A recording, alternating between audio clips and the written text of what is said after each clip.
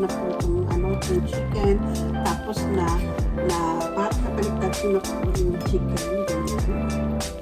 Sa chicken wings po siya. Ayan, ganito yung thigh.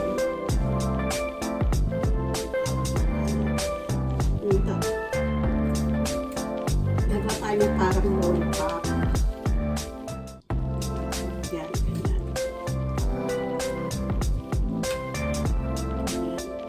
Tapos, makakunin nyo lang ito. Spread nyo lang. Hanggang doon bumaba siya. Hanggang natin parang masarap ito kasi para yung mga bata mahilig kumain ng mga chicken. Gusto ng mga bata kasi sa mga party.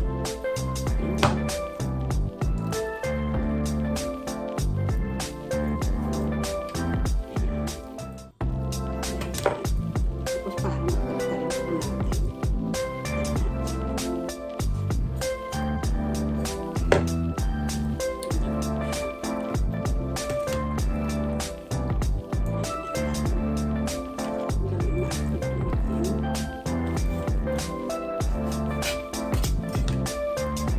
Ganyan po. Ganyan. Kasi para na nga po yung ang ganda rin pang pika-pika. Pagpulutan or pang-ulan. So, ganyan lang po. Tapos i-marinate na natin sila. I-marinate po natin sila. Lagyan natin ng konting pepper. Konting lang.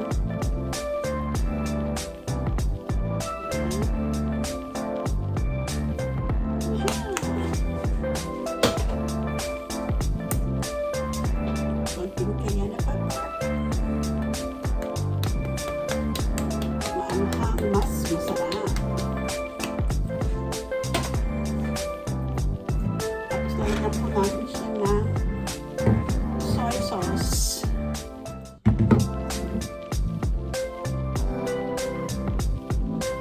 One teaspoon.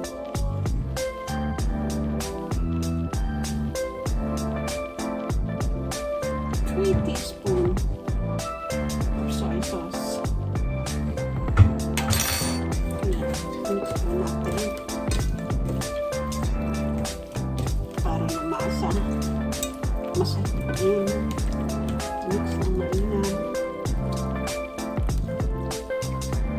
Mas maganda po yung overnight niya siyang i-marinate para mas malasa po. Tapos kinabukasan nyo na i-prito para mas malasa. Ilalagay po ako ng konting cornstarch.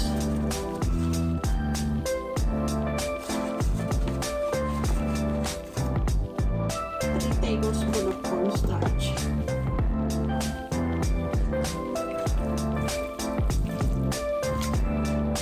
Lalagyan ko rin po siya ng konting olive oil. Let's say 1 tablespoon. At saka nag-press po tayo ng garlic.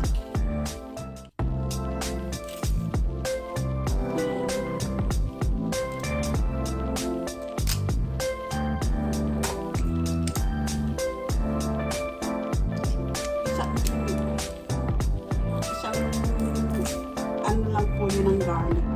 Kaso kasi malaki po yung garlic ko eh. Malaki yung cloves of garlic po. Ganyan po. Kaya isang malaki po. Hinati-hati po.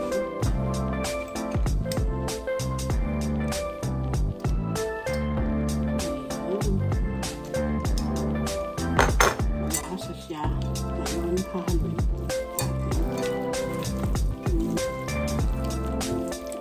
Ng garlic. I love the smell of garlic. Para maluot yung garlic sa ating chicken. Parang lolly.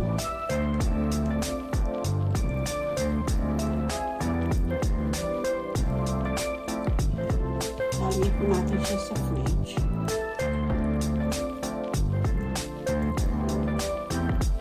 para po magandang pagkamarinate niya. Ayan mga besh, na marinate na natin ang ating chicken ng more than 30 minutes. Ngayon, i-fry na natin sila. Pero i-coat na natin sila ng ating butter. Pero po ako ditong ginawang butter. Rice flour po siya. May 1 egg. At saka may chicken chicken condiments. Ayan. Tapos naghiwa na rin po ako ng sliced finely na spring onions. Tapos, ito i-coated po natin sila ng ating butter. Tapos, ititip po natin sila sa ating ano na nga ito sa Pinas, pinipig. Meron po ako itong pinipig para maging crunchy po siya. Pagtiplan natin sila.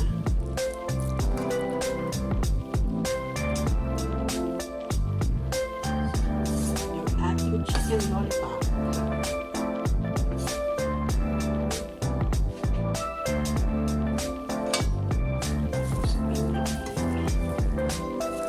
Itong pinipig po, magsasip to ng very crunchy po siya. Ang sarap. Diba marami po dyan pinipig sa atin sa Pinas. Okay, we just repeat the process lang po. Ayan. Nagugustuhan po ito ng mga anak natin, ng mga po. Tsaka si Mr. na rin. So, dito po sa wok, meron na po akong oil para i-fry na po natin ang ating chicken lollipop. Good temperature na po siya. So, ilalagay na natin ang ating chicken lollipop. Huwag masyado pong mainit kasi kung hindi, masusunog po. Kailangan po nasa moderate lang po siya. Tapos, nasa moderate lang ang ating apoy para nasa ganun po, hindi po masunog. Kasi, pagka malakas po yung apoy, brown na, tapos yung loob hindi pa po luto. Kaya, moderate lang po yung flame.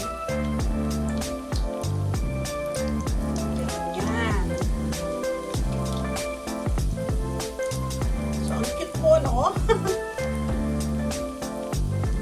So, babalik-balik na rin po natin now and then para po maging even ang pagkakaluto ng ating chicken lollipop. Look at that, mga beshi. Ang ganda ng ating chicken lollipop. Ang cute nila. Saka ang bango po.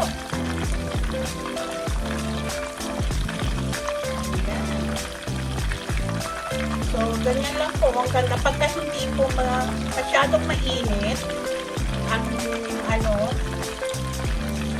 flame, maganda po, hindi po siya masyadong brown. So, i-ano lang yun po yung temperature, adjust yun lang po yung temperature. Huwag po masyadong malakas ang flame para maganda po maging even ang pagkakaluto ng ating chicken lollipop.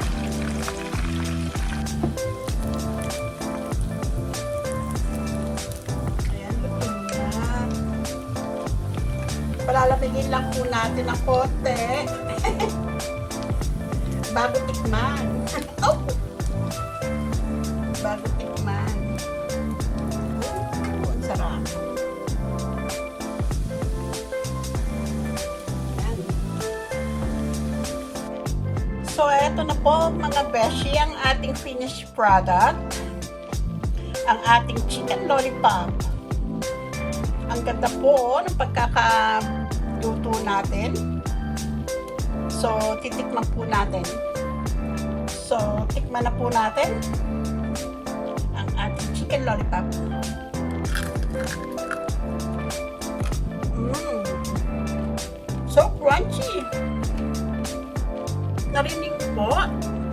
Beshe. Narinig nyo? Oh, yummy. Super crunchy. Ang sarap ng lasa.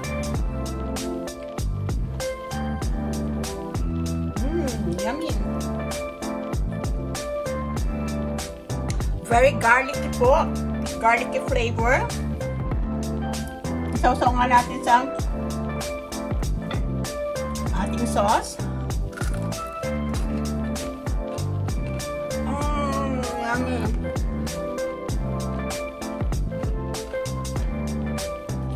Ang sarap-sarap po.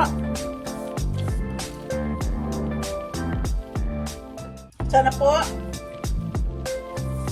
nagustuhan nyo ang aking simple na namang pagluluto, ang ating chicken lollipop.